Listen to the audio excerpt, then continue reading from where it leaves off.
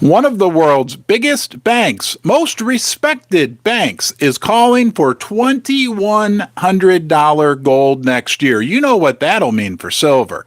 I'll say minimum $35 silver, but we know we could shoot as high as 65, which is what I think we're going to hit next year.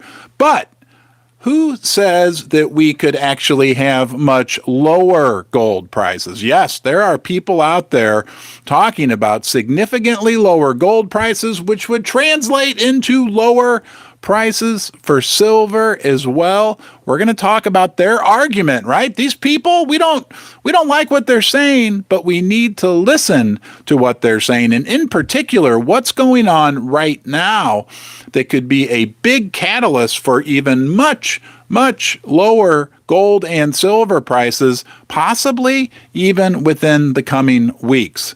The possibility is there, and we need to look at it. But we're going to talk about TD Securities, and what they're saying about $2,100 gold, and we think that's the minimum for next year. We're going to examine why they are calling this bold call for $2,100 gold. I don't think it's that bold because I'm calling for $2,600 gold. What are you calling for next year? Yeah, I think 2,100 is too darn low. I think once we hit that 2,100, we're going to catapult directly up to 2,600. We'll talk about that as well. Also, what could be a major catalyst for the precious metals prices? The Federal Reserve pivoting. We're getting more and more news why that could happen sooner than most people think, and we're going to cover that as well. We got a lot to get into, so let's get started right now. TD Securities, Bart Mellick. Yes, Bart. That Bart. Remember Bart from The Simpsons? Well, Bart Mellick is the head of commodity strategy at TD Securities.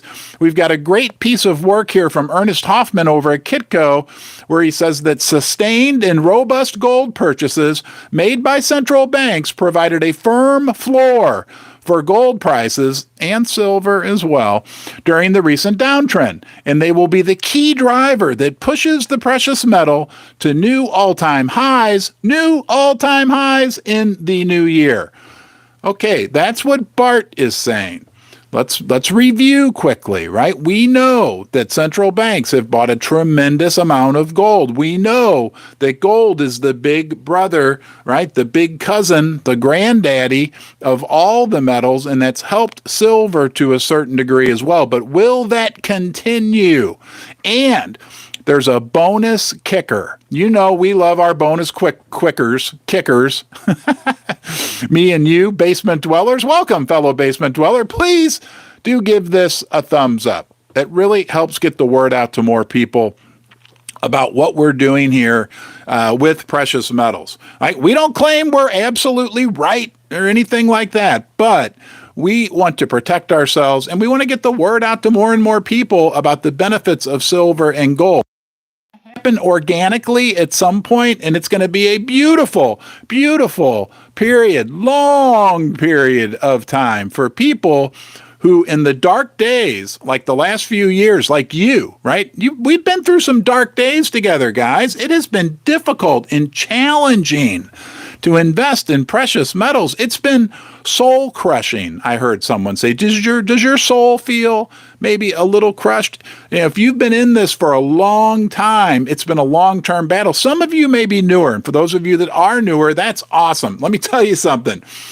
I think you're getting in at the right time. That's why I continue to buy precious metal mining stocks. I continue to buy precious metals, right? I mean, I've got a lion's share of what I think I need, but I'll continue to purchase because, man, I believe we seem to be going into a period that's going to be so conducive to the price of silver and the price of gold. But we're here to talk about what TD Securities is saying.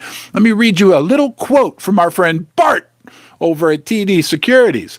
He says, central bank buying is likely why the recent higher interest rate driven gold sell-off, so higher interest rates drove a sell-off in gold, did not go through the key supports slightly above 1,800. Gold held above 1,800, and gold now is holding. Before I came on, I saw gold was still holding above 1,900. Quote, the yellow metal managed to post a modest recovery in recent days as the Fed continued to signal higher rates for longer. You know, the Fed, back, back, back, squawk, squawk, squawk. That's all they can do now is talk, guys, right? They're shooting blanks. They're out of real ammo. Now all they can do is shoot blanks, and that's exactly what they're doing, okay? Longer in its FOMC minutes, and rates remained high across the yield curve. Gold and silver are calling the bluff of the Fed. The Fed is neutered at this point. Okay, not to mention we've got two big wars going on in the world. And let me be very clear with you, and I hope you, my fellow basement dweller, feel the same way. We don't like war. We don't like the tragedy that's going on both in Europe and Israel and Palestine right now. But it's going on, so we have to, recognize it and recognize how screwed up things are and what it means as a precious metals investor. Because a big component of the precious metals is the safe haven component. And we're going to talk more about that later, and maybe why gold and silver could be going down, down, down real soon. Not going to happen for sure, but we're going to talk about the other side of the coin, because we aren't just always Mr. Positive. You know, we got to talk about anything and everything that could happen. Thank you, Marcus, for that super chat. Okay. Now, Here's what he says. He says, we believe the official sector will continue to be supportive in the months to come and should be a catalyst for our $2,100 gold projection next year. Bart from TD Securities, our $2,100. Now, I've got a question. Have you considered, right? Sure, right? The Fed pivoting, the Fed loosening monetary policy, central bank buying.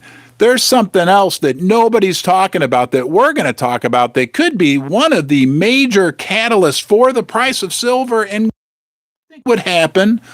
What do you think, given everything, the confluence of factors that have come together? What we just talked about, but there's another one that nobody's talking about. What if Western investors, not Eastern investors, we know what's going on there. We know what the Eastern countries are doing with silver and gold, and that has been a big component of the support for the precious metals. But what if, just what if the people in the West, and that's likely people like you are, not us, because we're already in it, but just a few more people in the West start to buy silver and gold. It would be rocket fuel, okay? And if you look at the data, the hard data, this isn't just dreaming. The amount of money in the silver and gold ETFs has been going down, down, down for like 2 or 3 years, okay? If that starts to go up, up, up, guys, it would be the marginal demand, that little bit extra demand, that would send the price of the metals through the roof. Back to Bart. Because Bart said these physical purchases by central banks will be very important after the Fed pivot. Quote, that should remove the high cost of carry as a major obstacle to discretionary traders. I think I know what that means. But I really don't know what that means. Hey, I don't know everything. We'll just skip over that. The U.S. Central Bank should pivot even as inflation is above target. That is critical right there. The Fed pivoting, right? We're seeing a confluence of factors. The Fed pivots, they're going to give up, okay? I got so much to say. The market will need to see signs that the economy is weakening materially before this occurs. He's saying the Fed's going to pivot when the economy weakens, okay? Is the economy weakening? I just talked to an executive, an insider at one of the world's biggest logistics and shipping companies. He told me it is cratering. It is unbelievable how much of a decrease There has been in shipping, right? Big shipping containers coming from China, rail shipments domestically in the United States, the trucking business. Talk to anyone who works in the trucking business. We had Yellow go out of business, like 100-year-old. I mean, yes, the economy is weakening. Now, the key here is, but the Fed's got to fight inflation. The Fed's got to fight inflation. Would you be willing? Would you? Yes, you. And by the way, if you enjoy being here right now, please subscribe to the channel. Our subscriber numbers are going up, but they've kind of slowed down. And if you like this type content and you want to be here every single day and get updated when we put out new videos, press the I can never say it, subscribe button. It would be greatly appreciated. The Fed doesn't really want to fight inflation. I don't want to break your heart. Okay, if you believe in Jerome Powell and you believe in Santa Claus being real, right? I like to believe in like the idea of Santa Claus, but if you believe, right, Santa Claus is real and you believe what Janet Yellen says and what Jerome Powell says and that he really wants to fight inflation, I'm going to break your heart. Okay, I don't want to break your heart, but I'm going to tell you something. He doesn't really want to fight inflation. He knows they can't really fight inflation. If they did what they really needed to do, even within his power, which he doesn't control as much as he used to, because the world is changing. The world is if they did what they could do, everything they would kill the U.S. economy. The world is different now. On top of that, there's new power structures emerging. So we are in a very interesting period of time. But here's the kicker on this whole situation. The Fed, with this supposed inflation fight, well, they're going to kick it to the curb. I heard a top analyst refer to it as that. And they're going to do it under the cover of, again, we don't like this happening, but war, right? The theory, the potential conspiracy theory is when things get really bad in the economy and the Fed knows that somehow major world events unfold, right? I'm not saying I believe that 100%, but it gives them cover, right? Scare everybody. Scare them. Was there anything else that happened think of the things in the last 5 years that seemed to scare everybody. So they don't care. They don't care what the government does. I'm just saying, it's not necessarily my 100% belief, but they scare, and then, we can deal with 15% inflation again because the world's falling apart. They're going to kick it to the curb, the fight on inflation. Okay, Bart also said, this gets interesting. This is something I didn't know, and I bet most likely you don't know this either, and it is good news for gold and silver. Because Bart said, or he noted, that even though China's central bank has been buying steadily gold in large quantities, the 4%, only 4% that gold represents of its 3.1 trillion in reserves remains very low. China only holds 4% of their foreign reserves in gold. That was mind-blowing to me. But what's even more mind-blowing about it, here's a chart. Look, and you're going to see some of my crazy notes. But look at this chart. It shows the United States, 68%. Germany, about the same. The Russian Federation and China is all the way over there on the bottom. To me, that was mind-blowing. And he brings that up. He says, the PBOC.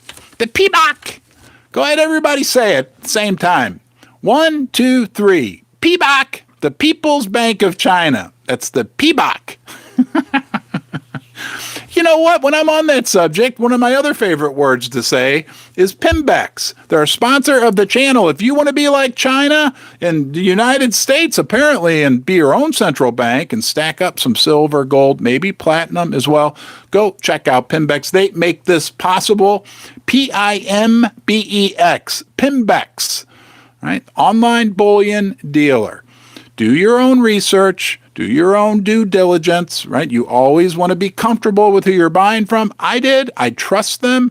I've done several transactions over, probably the last 9 months. And I've been very happy. I'll give you a little hint. Their prices are almost, if you want to go to one place and know you're getting a great price, you can go to Pimbex. That's my opinion. And great quality. Hello, Jim. Thank you for the super chat, my friend. Thank you. Okay, P-Box reserve is much, much smaller. The Chinese gold reserves, much smaller than its geopolitical competitors. Quote, the U.S. holds almost 70% of its foreign exchange reserve in the form of gold. Germany, 68%. Russia, 25%. Think about this, guys. If Beijing increased the yellow metals FX reserve to just 10%, it would be in the market to buy an additional 3,000 tons of gold. And remember, as goes gold, there goes silver. They always follow each other. He also said he expects central banks' appetite for the precious metal to remain very healthy for years to come. Quote, given that the recently published 2023 World Gold Council, did you hear what the central bankers said about gold? Right? When are they going to start talking about silver? Right? Because, again, I'll say it one final time, okay? Thank you, Jim M. Very generous of you. Super chats, always super appreciated, never expected. However, this is where it gets interesting, okay? World Gold Council survey showed that 24% of central banks intend to increase their holding reserves in the next 12 months. He says, we are confident in saying that central bank gold demand will be strong for the next few years. He said, quote, central banks' views that the future role of the U.S. dollar, pay attention, will be diminished in the years to come, will be a big driver of gold demand in the future, as has been outlined in the survey, which shows an increase in this attitude from previous surveys. The world is now broadcasting, right, that they are moving away from the U.S. dollar. And what are they going to move to? What are they going to go to? Thank you for the super chat, Henny. Thank you. Man, you guys are super generous today. I appreciate it. You're making me smile more than I already smile when I think about each and every one of you. What are they going to move to? What are the world's central banks if they aren't going to go to the dollar? We talk about this all the time.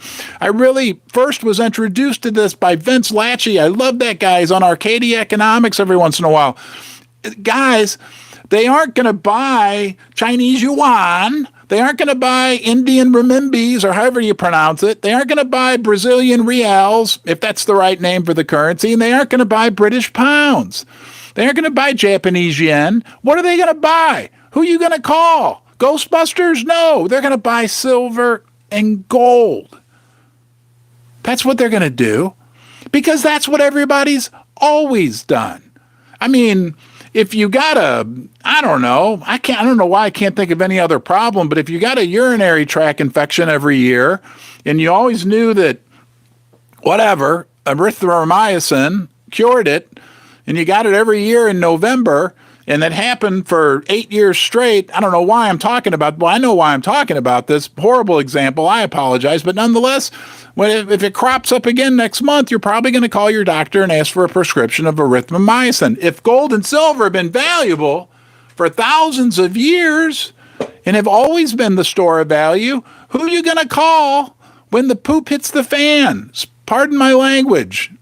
You know what? You're going to call gold and silver, and that's just what these central banks are doing. Now, it gets even crazier when you hear this. It said the same survey showed that central banks believe gold's reserve status will grow as the greenback's position wanes, he said. Quote, some 62% of the monetary institutions are saying that the yellow metal will have a greater share of total reserves compared to just 46% last year. That's a big increase, guys. From 46%, less than half of the central banks said they thought gold was going to be moved up in status. Now we've got 62%. That's a big increase. What is that? I don't know how many percent. Let's see. I don't know what. 16. That's 30% more compared to the prior year, are saying that gold is moving up in status. Again, I'm a silver guy. Okay, I have gold mining stocks. Maybe you own some physical gold. Maybe you own some platinum. This applies to platinum as well. But gold in the world is becoming so much more important. Hey, you guys got 146 thumbs up. I'm supposed to ring the bell at 100 thumbs up. I'll be right back. I'm going to ring it 10 times.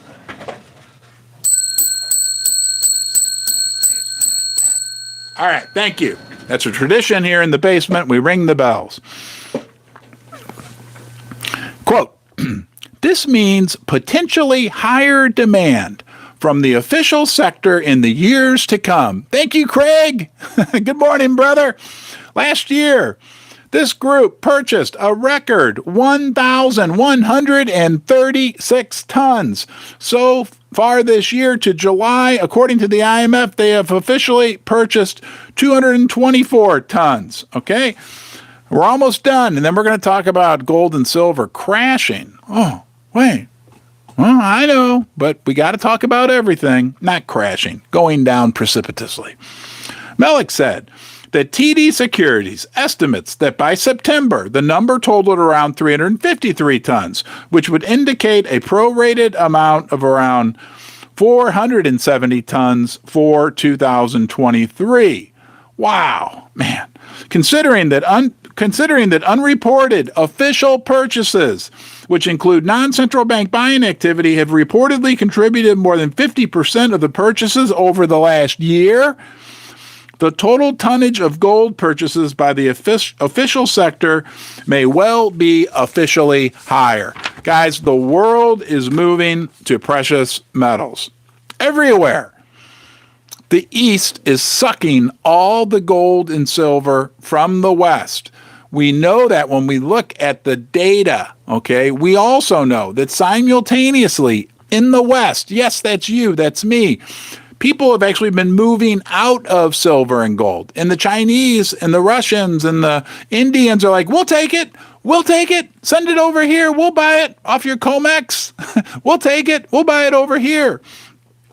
We know that there's a new oil for gold trade that's being utilized and developed in China. And we know, remember the Moscow World Standard? Yet Russia's answer to the COMEX and the LBMA, that is still live. And it's not just Russia. It's all throughout the Eastern countries making bold steps, right, to develop their own markets for gold and silver.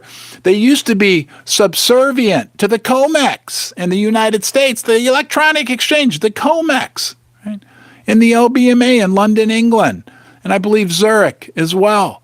Now they're becoming the dominant players, or they're moving in that direction. Okay, but they're not subservient anymore. They've grown strong, they've aligned, and things are happening at a much, much faster pace. Let's talk about, what do you think? Let's go back to the Federal Reserve. What do you think is going to happen when the Fed officially pivots? Can you, I mean, I know we've been through, you give yourself a little pat on the back. You've been through some rough couple years. Me too, pat yourself on the back. It has not been easy to be invested in silver and gold over the last 2 years. You know that, I know that. It's been even more atrocious to be in the precious metal mining stocks. We had a confluence of negative factors that helped hold down the value of the metals. Even though the central bank buying did help support, we've been through it, guys. Now, in the biggest, what do you think the biggest factor was over the last 2 years? Yeah, it's the Fed. Right? They did have some real bullets that they used, right? They shot them. Boom, boom, boom, boom, boom, boom, boom, boom. I don't have any guns, toy guns. But they shot everything, right? Like they just like, it's like the kid. When I was a kid, my dad would take me to the fireworks stands on 4th of July here in Missouri. They have fireworks stands, and I was so excited I'd buy all my fireworks. It'd be like if I got home, and I never did this because I've always been a saver, right? I probably still have some of them down here in the basement somewhere. But the kid that gets his fireworks goes home and just immediately lights everything off one at a time. That's what the Fed did over the last 2 years. Now they've been neutered, and now we're hearing many of the top analysts. What do you think when the top analysts say, hey guys, you know what? The Fed's done. Are you hearing that? I'm hearing that more and more. And I scour the internet. I scour the news, and the news that I'm reading from independent analysts are saying the Fed is probably done raising rates. You know what? I'm going to say it. I could be wrong. Don't make any financial decisions based on what I'm saying, but I think the Fed is done raising rates. In particular, within the context of what is going on right now with the war, right? In Israel, Palestine, the war in Ukraine. All right. Okay. I don't understand why the word WAR is called war. My question would be, and if Susie's on here, I don't think she is, so I can say this. She gets mad at me. Don't stop saying war. Well, I'm like, well, then if it's not war, WAR, then what's WORE? Isn't that war? I'm sorry. I love Susie more than anything in the world. War. Within the context of all that going on, it's cover. The Fed's done.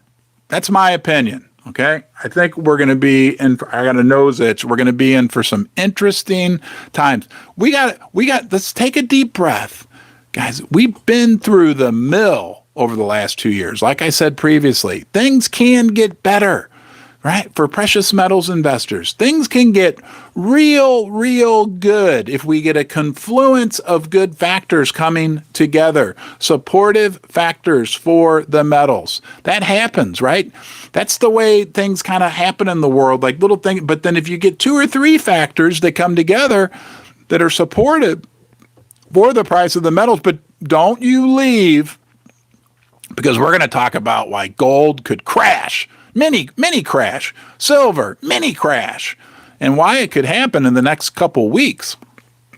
But if we get this confluence of factors that come together, good things, yeah, that's the way it goes. That's the way the world works, right? Life is not always rainbows and unicorns and lollipops. It's just not. Sometimes there's a combination of good things that happen, sometimes a combination of bad. Haven't you ever had that happen in your life? Like a combination of bad events just occur. I had it happen.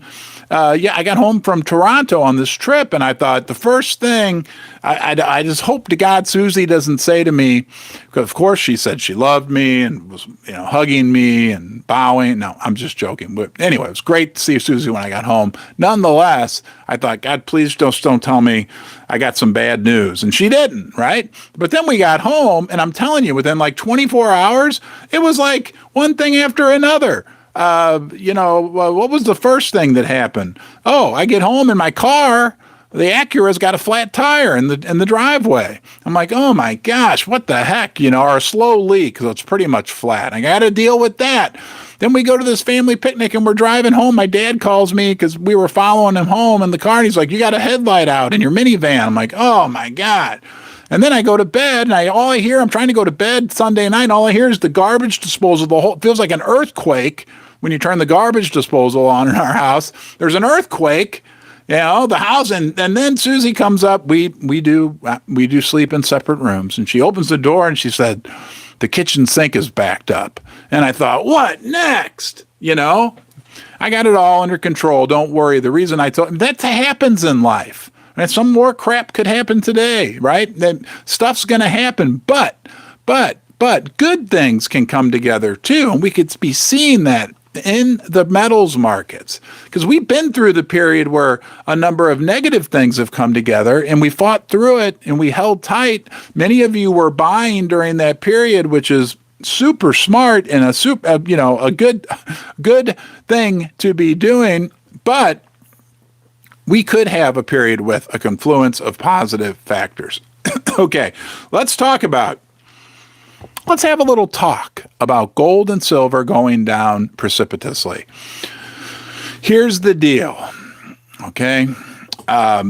Gold has rallied over what, the last week and a half? Silver has come back over the last week and a half. Could we have a little mini crash? Could gold go to $1,700? What would be the catalyst that could drive silver maybe even back below $20 per ounce? Well, guys, the way these markets work, remember, silver and gold are a safe haven asset. We talked about that earlier. There's fewer and fewer safe haven assets out there. So what happened in Israel and what happened in Palestine, the fear of all this war, that drove a lot of money into silver and gold. The thing is, have you ever heard that saying, buy the rumor, sell the news? Right? And that's what happens. We saw the same thing happen when Russia invaded Ukraine and that whole situation broke out. We saw a big spike in demand for the precious metals. Okay.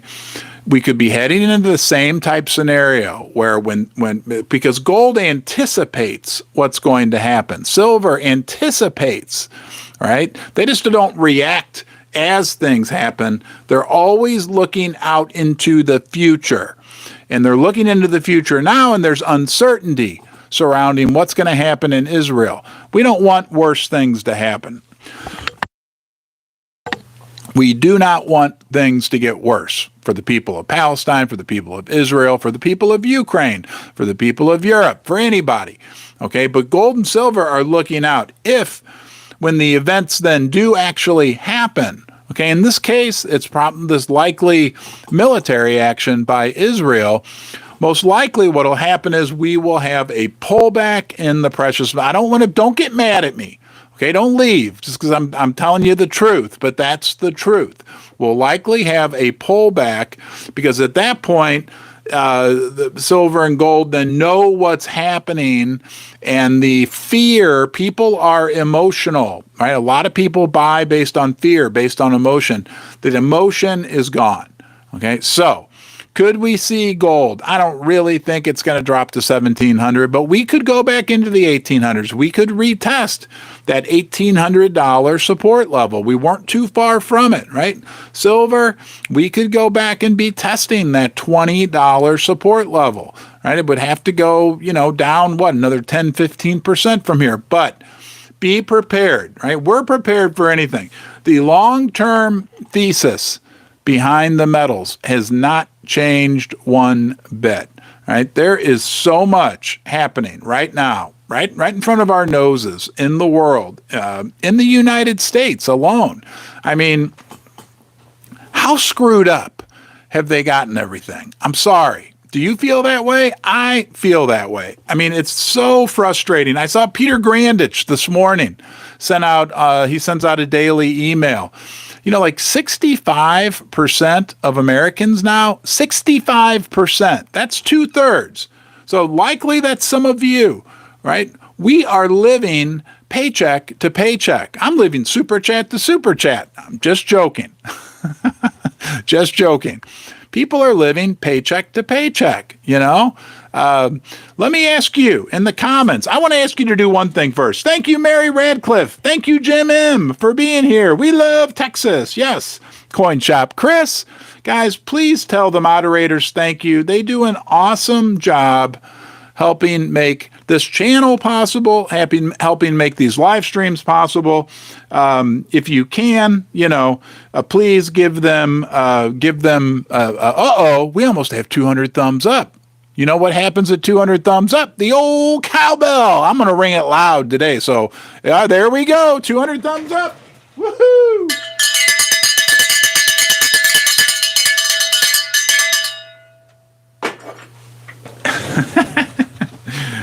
Yeah, thank you all. Cowbell. Yes. Thank you guys. Thank you for your thumbs up. Thank you for subscribing to The Basement. Thank you for being part of this journey. Precious metals. That's what we love to talk about, right? Sure, there's all these factors that influence it. Don't you forget, when you own silver or gold, and nobody's paying me to say this, okay? I believe it. Before I was sponsored by Pimbex, before I was sponsored by First Mining Gold, when you own silver and gold, you own an asset that has held value for thousands of years. Everywhere in the world, silver and gold have seen every political party.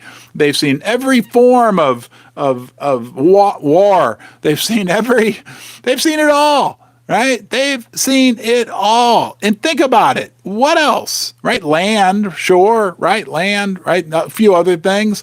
But what portable other asset can you think of that's held its value through all that time? No, Bitcoin was not around 3,000 years ago. Bitcoin was not around 300 years ago. Bitcoin was not around 30 years ago. I'm not anti-Bitcoin, anti-crypto, it's my personal decision. Gold and silver were around during all those periods of time. So, there can be short-term periods where it's a little more difficult, but remember, you've got a little bit of history on your side. I'm going to have a drink of coffee and look at these comments, see what you guys are ripping into today. Hold on one second.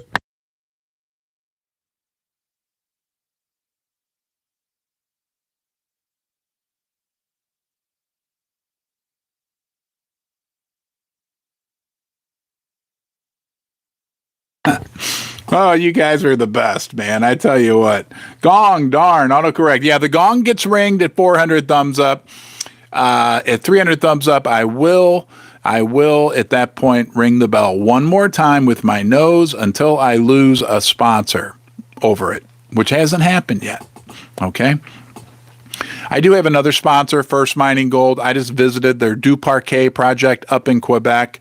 Over 5 million ounces of gold in the ground, the world's best vault. I like to joke around. If the only thing better than owning and holding silver and gold in your hand, to me, is owning a mining company that has a defined deposit of millions of ounces of gold in the ground. Now, sure, they're going through the development stage, the permitting process, but it's a catalyst-rich process, especially when we consider that there's a few big gold mining companies out there whose pipeline of future projects seems to be running a little dry. If you want to learn more about First Mining Gold, you can go to their website, firstmininggold.com, or you can talk to a live human who works there, one of the smartest, nicest guys who I've encountered in the mining sector. My friend Paul Morris, I'll put his email address in the description of this video. Let's get back to the comments. Metals moving up. Yes, the salty man is a legend. Sounds nice. So, what will the big catalyst be in the coming week for the metals? Most likely, the situation in the Middle East. Like we talked about, it could be a big positive. It could be more of a challenge. But let's not forget one thing. There is a totally discernible move in the world to gold and silver.